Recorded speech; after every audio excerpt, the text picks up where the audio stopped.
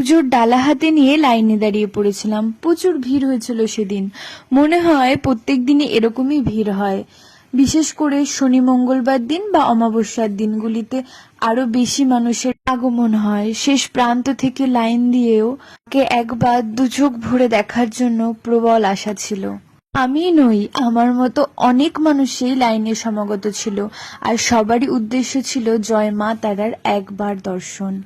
সকাল থেকে উপোস করে মায়ের পুজো দিয়েছিলাম, এক কাপ চা ছাড়া আর কিছুই খাইনি।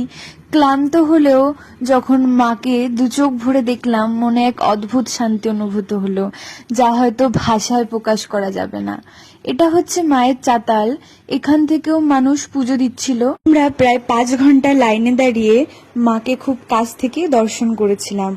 ভিতরে ফোনের প্রবেশ নিষেধ ছিল, তাই পুজো দেওয়ার পর চাতাল থেকেই মায়ের একটি ভিডিও করেছিলাম। এখানে হয়তো মায়ের মুখ স্পষ্ট দেখা যাচ্ছে না, তবুও ভিডিওগুলো মনের মণিকোঠায় স্মৃতি হিসাবে রয়ে যাবে বলে করে রেখেছি। এখানেই ধূপ জ্বালিয়েছিলাম, আর পাশেই সবাই মানদের সুতো বাঁধছিল।